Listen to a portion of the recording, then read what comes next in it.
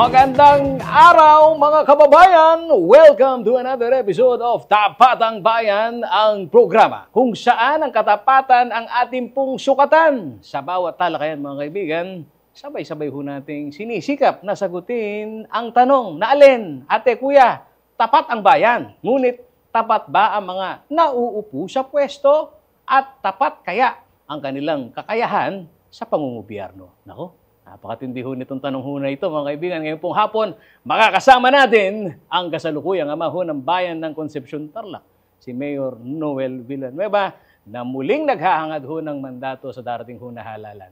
Kilala siya sa kanyang masigasig na pamumuno, ngunit gaya ho ng lahat ng pinuno, hindi rin siya ligtas sa mga puna at tanong ng bayan. Ngayong araw, bibigyan po natin siya ng pagkakataong sagutin ang mga isyung mahalaga sa bawat konsepsyonan. Takal po salamat kayo pong kayong binyang oras kaya kami. Abak na balan. Musta ako po, Mayor? Mayap naman po, Sir Paulo. At dito ho sa mga nakikinig ho sa amin, mga kaibigan, ang aming pong streaming, ayan, interactive ang ating show. At dito ho sa mga bukas na usapin sa konsepsyon. Ito, umpisahan na natin. Wala nang paligoy-ligoy pa. Kapag pinag-uusapan ho natin ang progreso, lalo na ho sa lumalawak na bayan, gaya ho ng Concepcion o ito hong progreso sa Concepcion, ano po ang mga konkretong batayan ninyo na nagsasabing umuusad talaga ang lokal na ekonomiya at paano ito nararamdaman ng karaniwang mamamayan? Maganda pong tanong yan para aking mailahad ang ating local revenue for year 2022 na pagdating ko po sa panunungkulan bilang muling punong bayan ng bayan ng Concepcion, ang inabot po nating local revenue is only 86.9 million. Kaya wala pong programa na pwedeng ilunsad kung walang pera ang isang bayan. So isa po yan sa ating pinagtuunan ng pansin kung paanong maiangat ang ating pananalapi, ang ating mga local revenue sa pamamagitan ng mga local sources like business permit. At gusto ko pong ipagmalaki na from 2022 na mayroon lang 86.9 million na koleksyon sa business tax ay sa nakaraang taon po ng 2024, ito ay umangat sa 137.2 million. Biglang pagtaas po ng almost 60%, 58% to be exact, naging 137.2 million po ang aming local revenue for the year 2024. In this current year, 2025, ang projection po ng aming local finance committee ay baka ito ay umabot ng 160 to 180 million. Na almost double in the last 2 years ang aming magiging income as to business tax. Kung pag-uusapan ba natin itong tax collection mo, saan yung bulk ng mataas na collection? Alam niyo po, ang aming bayan dahil sa entrepreneurship ng ating mga babayan, pagtapos po ng pandemya, umangat po. Umangat po ang bilang ng mga negosyante sa aming bayan from ang mga kababayan po namin sa Concepcion ay mga negosyante, mga profesional. Pero basically, our economy is based on our agricultural economy. Kaya ang ating mga kababayan ay umaasa sa kanilang bukirin para mabuhay, mapagpaaral ang kanilang mga anak, at ang mga ito ay makakapagtapos. But I can say that our biggest strength is our human capital. Marami tayong mga kababayan na mga professional, mga doktor, mga lawyers, our professionals working abroad, here domestically, silang nagpo-provide po ng, kumbaga, ng buhay para sa bayan ng Concepcion. Ayun. At dito ho sa mga nakahanay na tanong, mangyari ho, mga kaibigan, yung pong mga nanonood ho din sa atin, maaari ho kayong magbigay ng reaksyon dito ho sa mga binibitawang salita ng ating pong bisita. Pero Mayor, ito hong mga nakahanay ho na tanong ho sa atin ngayon, Mayor, hindi ho maikakaila na mabilis ho yung industrialisasyon sa inyong bayan. Pero kaakibat ho nito ay ang hamon sa sektor ho ng agrikultura. Ano po ang mga pinakamalaking balanse o salungatan na hinaharap ho ninyo sa pagitan ho nitong industriya, pagka kasi nasa agricultural area ho kayo mga kaibigan, andyan ho yung agro-industrial growth. At yun naman hong protection din dito ho sa mga maliliit na magsasaka. Ang magandang pong tanong yan, Sir Paulo G. Sa aking pag-upo noong 2022, moratorium muna sa pagtatayo ng mga bagong agro-industrial businesses, mga piggery, mga poultry, na nagsulputan left and right sa aming bayan, north and south, west and east, may mga poultry and piggery farms na akin munang pinahinto hanggat hindi namin napapag-aralan ng maigi yung aming comprehensive land use plan.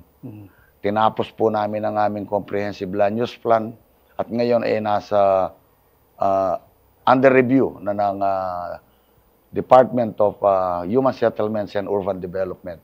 At pag nakapasa sa review ng DSUD, yan po ay may sasabatas bilang isang ordinansa para nang sa gayon ay magkakaroon na ng bahagi ang mga industriyang pwede lamang itayo sa aming bayan.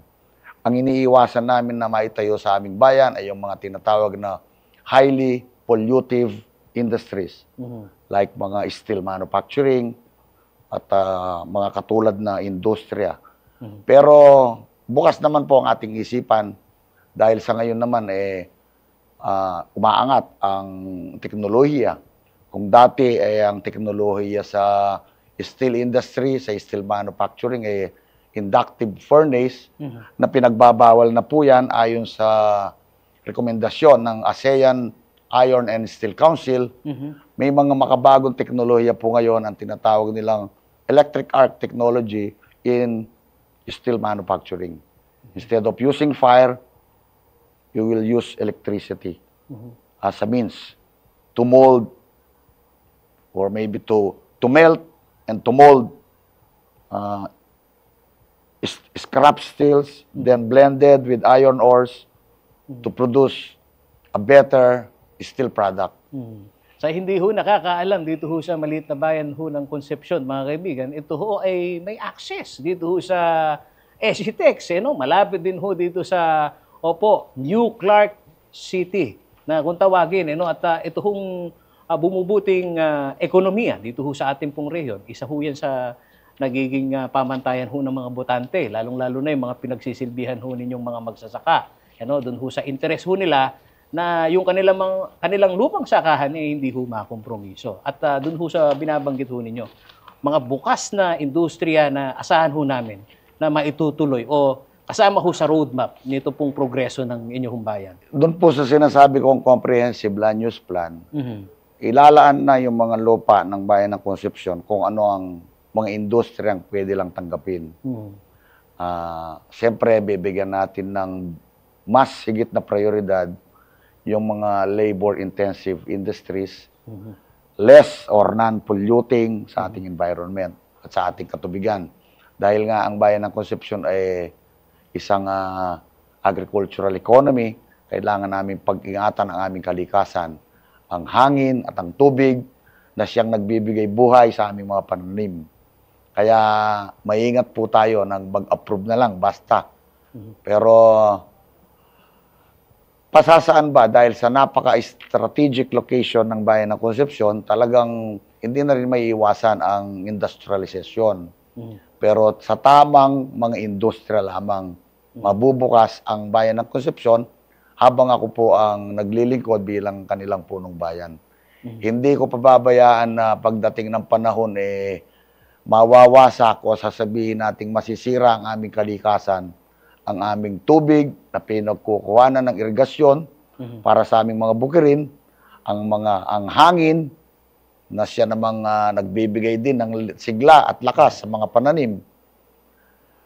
Kaya matama lang, tama ang mga industriya na sa ngayon po aming pinahihintulutan ang mga solar energy dahil yan naman wala namang pollution yan, but only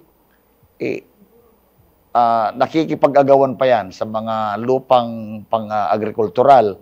Pero papayagan lang natin yan sa mga lupain na hindi saklaw ng mga irigasyon. Yung mga non-irrigated or imposibleng magkaroon pa ng irigasyon, yung mga matataas na bahagi ng aming bayan, yon pinapayagan namin ng solar energy. At in Santa Rosa, na isang bayan na isa sa mataas ang elevasyon, walang patubig doon, meron na pong 3 solar farm doon. Napakabuti po na nakakaharapan ho natin ito hong ating pong mga local leader. At ito, yung mga nagpapadala ho ng mensahe, isa ho daw sa milestone ho ninyo sa usapin ng infrastruktura. Congratulations daw dito ho sa government center, bagong munisipyo ho ng Concepcion. No? Pero ito, ang nakakahanay ho nating tanong, Mayor, may tanong ho kasi mula ho dito sa publiko ukol ho sa malaking pondong ginugol ho ninyo sa pagpapatayo ng bagong municipal hall. Bakit ito ang naging prioridad? Paano ninyo sinasagot ho naman yung mga puna na dapat sanay serbisyong panlipunan na lang? Napunta po yung pondo. Maganda rin tanong po yan dahil una, ang aming pong munisipyo ay naitayo noong 1929. Yan yung luma. Yung aming lumang munisipyo, 1929, during the Commonwealth period. So, sa 2029 ay magiging 100-year-old na yung building. Sa tingin ko, hindi na safe structurally, o baka mangyari yung nangyari sa Myanmar, ay tayo ang masisisi dyan. Pangalawa, sa lumalaking populasyon ng bayan ng Concepcion, kitang-kita naman na masikip na yung aming lumang munisipyo. Sa katunayan, pag panahon na ng business tax payment, pag panahon na ng mga koleksyon sa ating real property tax, yung ating mga empleyado ay lumalabas na lang doon sa mga pasilyo para doon na lang harapin ng mga kliyente, yung mga taxpayers natin. Napapanahon na ako na habang hindi pa masyadong marami ang pangangailangan ng bayan, uunahin ko na ang pagpapatayo sa bagong munisipyo. Paano naman ang paraan na ginawa po natin dyan, Sir Paulo? Ayan, ganda ng munisipyo. So, pag-upo ko, sa panahon ng budget deliberation, tayo po ay nangalap ng pondo. Una, sumulat ako kay Pangulong Marcos na kung kaya niyang tulungan ang bayan ng Concepcion, bagamat kilalang-kilala man ang bayan ng Concepcion bilang Aquino country, at tahasan ko ng mga aminin na hindi naman nanalo si BBM sa aming bayan, bagkus ay si Leni Robredo ang nanalo doon. Pero naniniwala ako doon sa kanyang policy of unity and reconciliation. Kaya isa siya sa aking naisip na sulatan. Pagkatapos, yung mga kaibigan nating mga senador na nakasama natin sa tagal ng panahon natin na naglilingkod sa bayan, katulad ni Senator Joel Villanueva, nag-ambag ng 20 million si Senator Joel Villanueva, si Senator Bongo, 10 million, Senator JV Ejercito, na ating kapartido sa Nationalist People's Coalition. Yung pondong naila na 40 million, nagkaroon pa po ng problema yan eh. Dahil iwahiwalay ang pondo, magkakaroon pa ng consolidation eh. So, tumagal yung process of consolidation na kailangang aprubahan ng DBM.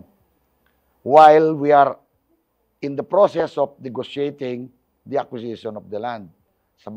Pasalamat po ako sa mga De Leon family. Hindi po reasonably ang presyong hinihingi, ina-offer sa kanila. It's really a very, very low price lang. 2 hectares at 42.5 million. Eventually, napapayag namin sila. In September, ay nagkaroon na kami ng deed of sale para sa lupa. At yun naman ang pagsabay ng pagka-aproba ng consolidation ng pondo. Kaya in October 4, 2024, nagkaroon na kami ng groundbreaking. We have funds coming from the General Appropriations Act of 2023. No, ang groundbreaking pala is October 2023. October 4, 2023. Tama. Naayon yung panahon eh. Kumakampi yung panahon sa atin eh. Habang nasa proseso ako ng land acquisition, nandun naman yung proseso ng fund consolidation ng na kailangan aprobahan ng DBM. Nagsabay po yan, Setyembre, na-approve yung consolidation ng pondo na siyang gagamitin sa foundation work. At siya naman ang pagkakapayag namin, nagkapirmahan na kami ng mga De Leon family para nga ma-acquire yung 2 hectares na lupa kung saan itatayo. At yung nakabimbing pondo namin sa munisipyo na nagkakahalaga ng 104 million under the 20% Economic Development Fund, ay tama lang yung proseso, na-timing lang ng gusto. Ito hong munisipyo ho na to, walang utang, di kayo nangutang. Kung itutuloy ko po, Sir Paulo, while we were in the process of excavation in October, prior to that, August of 2023, doon nakita ko ngayon ang pagkilos ni Speaker Martin Romualdez dahil sa instruction na nanggaling sa Malacanang na bahaginan ng pondo ang pagpapatayo ng bagong munisipyo sa Concepcion. 75 million ang na-approve sa ating GAA of 2024. Lumapit ako sa ating kaibigang senador, ang ating kapwa Kapampangan, si Senator Lito Lapid, nag-ambag siya ng 25 million. So, kung susumahin mo, GAA ng 2023 is 40 million, GAA for 2024 is 100 million na, nagdagdag pa ng 50 million si Congressman Bong Rivera dyan. So, the total amount na nakuha namin sa GAA of 2024 is 190 million. 150 million. And add the previous year of 40 million, nakatulong ang national government to the tune of 190 million para tuloy-tuloy yung pagpapatayo ng aming munisipyo. Then, in 2024, inalat namin yung 80 million sa aming 20% Economic Development Fund for its civil works. Pero bitin pa rin. Pero sa kwento mo, hindi naging madali yung on the making Talagang, ito pong munisipyo na to. Pero eto, na-realize ng ilan pong dun ho sa mismong pagbukas ho ninyo, na-realize nung mga constituent ho ninyo kung gaano ho kabuti yung lawak, ano bang plano natin dito? Bakit ganun ang disenyo? Yan ang tinatawag nilang kwan ngayon ng ating mga consultants na architects, ni Architect Mel Gulapa ng Angeles City and Architect Paul Garcia dito ng San Fernando, Pampanga, which they call as the modern, contemporary, public infrastructure design. It must be accessible, it must be PWD friendly, kaya may 2 elevator. Well, by the way, yung elevator units na na-install doon, na 3 units, 2 for public and 1 for the executive office, ay galing po sa sariling pera. Donasyon ni Speaker Martin Romualdez. Dahil kinikilala ni Speaker Martin Romualdez ang pagiging kapampangan ng kanyang nanay. Yung roots niya. O, yung kanyang ugat nang galing dito sa Mabalacat. O, taga Mabalacat si Puy Mana. Nung pinahatid ko yung pagpapasalamat doon sa pondong nailaan na 75 million, tinanong ako ano pang kailangan. Sabi ko, kung ano yung gusto mo. Gusto ko, sabi niya, magkaroon ako ng pangalan dyan na matatandaan ng tao. Kung kayang ikaw na bumili sa mga elevator, 9 million. Ayun, sige. Nagkausap sila ni Congressman Bong Rivera, sige na, ako nang bahala dyan, sabi niya. Ayun, kaya nandun ang isang plaque ng pagpapasalamat ng Bayan ng Concepcion sa malaking tulong ni Speaker Martin Romualdez. Sa ambagan na nangyari, at totoong nakatutok ngayon itong ilang mga kritiko dito sa proseso ng procurement. Makilabas ko kaya anong makanano may sagutan. Katang kritiko da rening kay sumangit dito sa kabilang kampo. Sila may mga pagpuna at may mga legal na hakbang. Paano mo hinaharap? Hindi ko nga maintindihan sa haba ng panahon ng politika sa aming bayan, hindi naman umaabot sa dimandahan ng mga usapin. Pero napag-alaman ko na lang na mayroon pala silang inihaing reklamo sa ombudsman daw. Pero hindi ko pa natatanggap naman yung kopya ng reklamo. Kaya wala akong may sasagot muna. Kung anong aspeto na sinasabi nilang hindi ako hindi kami nag-comply sa procurement process. Pero sa tingin ko, lahat naman compliant Naging maingat nga ang aming mga Bid and Awards Committee. Instead na variation orders lang ang mga ito, meaning extra work orders to complete the project, pwedeng hindi na idaan sa prosesong bidding yan. Pwede nang idaan sa isang provision ng procurement law yan, ng RA 9184, na tinatawag nilang alternative mode of procurement, na kung tawagin ay negotiated bid under the variation order, extra work order. Kasi below 10% of the total project cost, pwedeng i-variation yan. Pwedeng negotiated bid lang yan. No need to go through a public bidding. Pero maingat nga yung back, sabi nila, idaan na natin sa bidding. So sa madalit sabi, wala kang kaba sa dibdib dyan sa usapin nito. And one thing more, dun sa mga kina-question daw nilang transaction, not even a single cent was disbursed from the coffers of the municipal government. Kaya wala silang kaso walang basis yung kaso nila. It has no legal basis to stand on. No legal leg at all. Walang legal foundation yung kanilang reklamo. I consider it a mere propaganda, their last-ditch attempt to salvage their, I say, losing proposition. Malinaw naman kasi na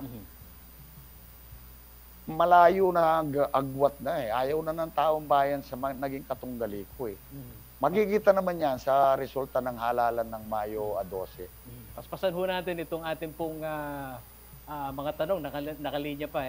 Bagamat ito hong ating oras, ayan, sabi ng ating direktor, nalilimitahan na.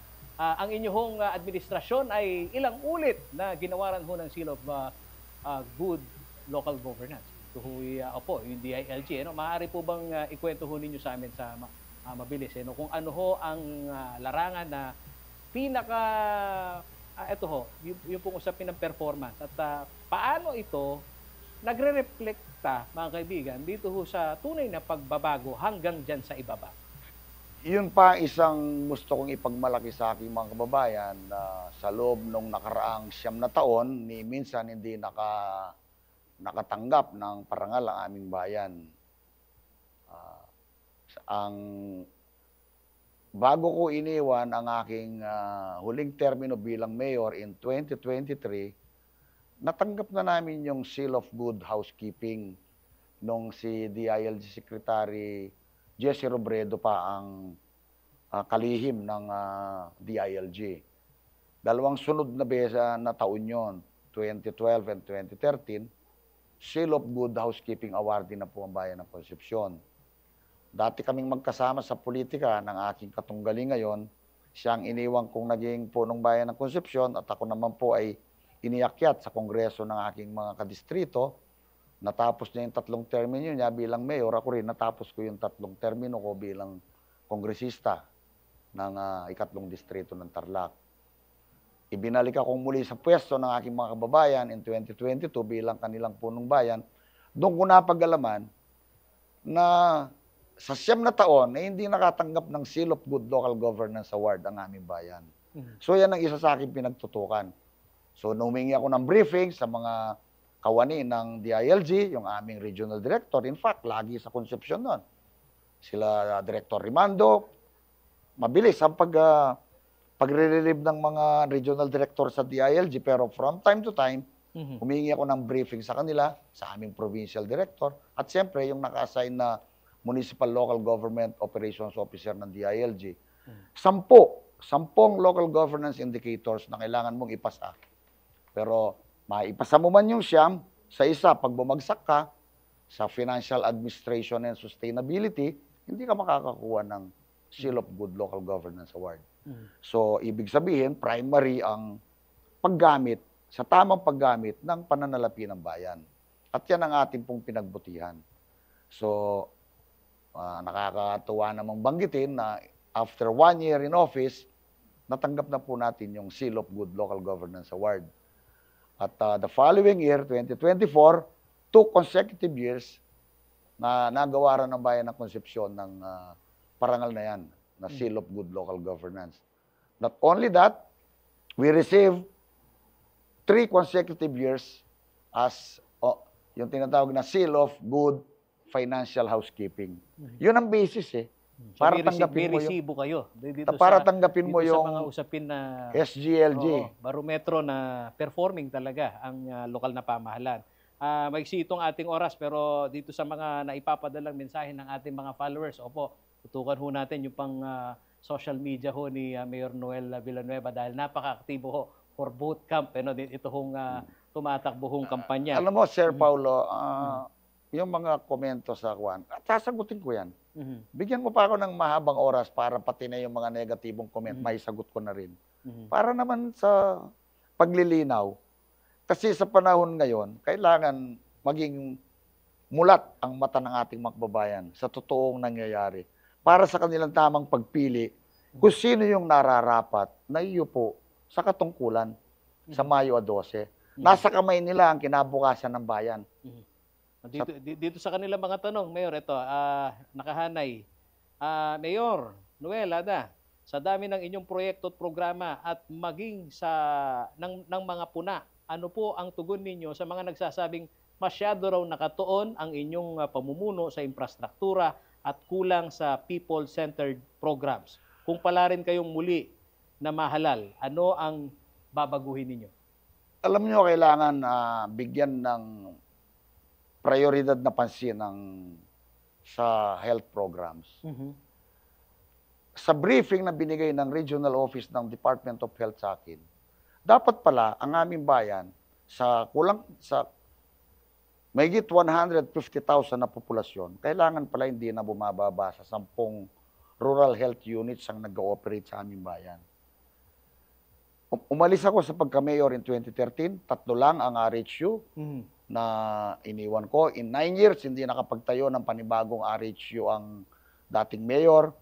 Na ganun, alam naman niya na yun pala ang pangunahing dapat tutukan sa programang pangkalusugan. Bumalik ako sa pagka-mayor, 3 pa rin ang RHUs ng aming bayan. So, muli, nakipag-ugnayan tayo sa mga kaibigan nating mga senador. Sinuwerte naman tayo, naipagkalob sa akin ni Senator Bongo ang RHU 4. Binigyan niya ng gusali, worth 9 million, 5 million na medical equipments. Ngayon, umaandar na po yung RHU 4. Panibagong RHU, Rural Health Unit na nag-ooperate nga sa konsumsyon. Ongoing na po yung RHU 5 na ang gusali nito ay nanggaling sa mga donasyon ng ating mga kaibigan na pinangunahan naman ni Congressman Bong Rivera. Siya ay nagpa-golf tournament, naka-raise siya ng 4 na milyon. At kulang pa, dahil 10 milyon na po ang halaga ng mga rural health unit building ngayon, yung tinatawag nilang super health centers. Nagkaroon uli ng fundraising at angkop na angkop. Alam mo, Sir Paulo, para sa kaalaman din ng mga ibang punong bayan sa mga ibang lalawigan, kailangan din ang pagkikilahok sa progreso at pagsulong ng ating mga nasa pribadong sektor. Sa maniwala ka't hindi, 1,250 square meters ng isang magandang lupa sa isang barangay, sa Barangay Lilibangan, ay idonate lamang ng isang pangkaraniwang pamilya. Kaya sa programang ito, nagpapasalamat po ako kay Tatang Roming Marin, sa kanyang may bahay, si Mang Baby Marin at ang kanyang pamangkin na sila Mr. and Mrs. Joey Marin. 1,250 square meters sa kasalukuyang presyo ng lupa sa kanilang baryo at 2,000 na lang per square meter. It still cost 2.5 million. Pero walang anuman, i-donate para sa kanilang barangay at maitayo yung tinatawag naming RHU 5. Yung dalawang existing RHU, RHU 2 in Balutuyan, RHU 3 in Santa Cruz, ang lupa na pagtatayuan ng kanilang relocation ay galing din sa mga donasyon. Yung mga pamilyang mayayaman sa Barangay Baluto na naninirahan ngayon sa Amerika, nag-ambag-ambag sila para mailipat sa mas magandang lugar yung RHU 2. Kaya nakakatuwa eh. So sa madalit sabi, mga kaibigan, ito hong magandang relasyon ng lokal na pamahalaan sa mga pribadong sektor, merong epekto, lalong-lalo na sa serbisyo publiko. Baka naman magtampo yung nag-donate din sa bagong location ng RHU 3. yung pamilyang Arsiga. 1,200 square meters na lupa. I-donate din para mailipat namin sa mas magandang lugar. Yung existing RH2. Alam nyo, ang mga kababayan namin sa Concepcion, pag nakikita nilang maganda yung galaw, maganda yung pagkilos ng mga namumuno sa kanilang bayan, silang mismo umaambag. Kung makikita lang na tayo ay kurakot bakit pa nila ipamimigay yung sarili nilang pinagpawisang pag-ari-arian? Ang daming nakikinig ngayon sa atin at nanonood sa social media, Mayor Noel, at totoo, gagawin ho nating series itong ating pong panayam kay Mayor Noel. Bukas maganda, anyayahan ka namin uli dito. Pero ito, panghuli. Meron ba kaming aasahan na debate for bootcamp? Well, At meron kaming programa dito sa CLTV. Hindi, alam mo, itong plataforma. Ganito yan nung unang panahon, kung nagkaroon ng insultuhan, yung nangahamon, siyang magtatakda kung kailan ang duelo. Nung unang panahon kasi, nire-resolve yan sa pamagitan ng gun duel. Duelo sa baril. Na-insulto kita, hahamunin mo ako ng duelo, pag ako'y umatras, anong tawag sa akin? Duwag. Pero baligtad ang nangyari yung naghahamon ng umurong So, umurong si... Haba na ng panahon yung kanyang inihinging debate. Pero sa nakikita ko, hindi na pwedeng resolvehin sa debate ito dahil nakita na ng mga kababayan namin yung mga tamang issues. So, siguro tingin ko out of the question na yung public debate. At ang hinihingi niya, sa plaza kami magdebate. At yun naman ang gusto ko rin sa plaza. So kung sa plaza, sa harap ng aming mga kababayan. So, sa plaza, paunlakan mo siya? Bakit hindi? Para naman sa aming mga kababayan, makapakinig sila sa aming mga debate. Sa plaza naman yung hiling niyang debate na nangyayari naman paminsan-minsan At ayun, mga kaibigan, marami po salamat sa inyong pagkakaloob ho sa amin ng Oras Mayor Noel. Gagawin nating series. Ito hong panayam sa Tapatang Bayan. Marami pang mahaba-haba pa ho itong kampanya. Pero ito hong mga pinupuntirya nito pong ating pong usapin, maigi, lokal na issue at totoo. Kayo pong mga nakikinig ho sa amin at andyan at nakadunghaw dyan ho sa lokal na issue sa Concepcion, mangyaring issue din ho sa inyong bayan. Kaya marapat lamang ho na ating pong subaybayan. Sir Paulo, kung ma-extend mo lang ito, gusto ko na rin maghatid ng informasyon sa aking mga kapwa punong bayan. Yung mga nagbabalak na magtayo ng mga dialysis center. Dahil isa sa pinagmamalaking programa daw ng aking katunggali ngayon yan. Pero sa aming nakita, pag ang isang lokal na pamahalaan ay nagbalak na magtayo ng dialysis center, siyang mag-ooperate at magmamanage, dapat hindi bababa sa 24 na dialysis machine ang itatayo. Para nang sa gayon, maraming magiginabang. At the same time, doon sa PhilHealth Capitation Fund na matatanggap ng bayan, ay wala nang kailangang subsidiya pa ang operation ng isang dialysis center. 24 units dapat ang dialysis machine. At isa yan sa aming pinagtutuunan ng pansin, pinaprioridad ngayon yan ni Congressman Bong Rivera. By 2026, he will set aside 30 million from his local infrastructure funds para maitayo namin ang mas malaking dialysis center. Kung ma-extend sana natin ito, Sir Paulo, marami pa tayong extend mo pa para naman masagot ko na hindi na ako bumalik dito. Bigyan mo pa ako ng mga 10 minutong pagpapaliwanag. Ito ho kasing natin na may newscast kami mamaya, pero sige, bibigyan natin ng pagkakataon si Mayor Noel na bigyan pa po ng din itong kanyang mga programa. Kung meron akong hindi na itanong na mahalaga, anong gusto mong gusto ko kasi sagutin? Pasalamatan yung mga nagtayo ng Concepcion Scholarship Foundation, isang pribadong organisasyon na nagtutuon na mabigyan ng pagkakataon ng mga gustong makapag-aral sa aming bayan. Harapin nga Kapampangan, di taragong bisang magdulap kabyasnan. Dirinan min pasingyen, dirin kukuang abogasiya, din kukuang medisina. Magastos sa kurso yan, din kukuang masteral and doctorate degree para king kareng government sector, Mm. may career advancement. At the same time, itang lang professional capability. Usually, teachers na rin kaming diri ng financial assistance para getang masteral and doctorate degree. 15 million no rin nga raise ng pera nitang foundation na ita. Again, uli na ning masanting nga pamiyugnayan, Congressman Bong Rivera, Governor Susan Yap, our next Governor, Christian Yap, Vice Governor Carlito David, and some other well-meaning individuals in my town, naggambag-ambagan yan. Pati nga mga latimong vendors, 500 pesos, suling higit din itang naingaus na kanita, itang nuyan ti kasanting. Wow. Sipan may, I have a long list of donors, if I will name some, 500, at pang 100. Para mulong to na sumaup ko gen. Itarugong di takabagi na bayan may ngari ang papatakadanom yan. Kaya kakatipon, kakapatak-patak, sapaking may itong tukong. Wow. So, would you believe, may kapag-raise na 15 million. And I think, waling talagang higit na nung papunta. Yung foundation na ini, marakal na rin pledges. The next few years, in target me, 10 outstanding students na mag-graduate kaya senior high.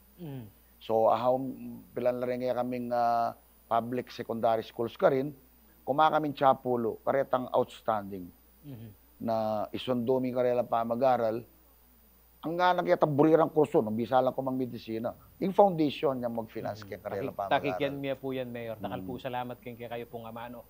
At dyan po nagtatapos, mga kaibigan, ang ating pong masinsinang usapin, mga kaibigan, usapan dito ho sa Tapatang Bayan. Sa lahat ho ng ating pong tagapakinig, naway naipakita ho natin ang pagiging tapat sa bayan at hindi lamang po tungkol sa pagsasalita ng totoo, kundi ho sa pagpapakita ng konkretong gawa at sa pagiging bukas sa pagsagot sa mga tanong ng taong bayan. Sa huli, ang boto ay nananatiling makapangyarihan sa halalan 2025. Gamitin ho natin ito ng may dunong, di lang ho dahil ho sa pangalan, kundi ho sa track record at kakayahan.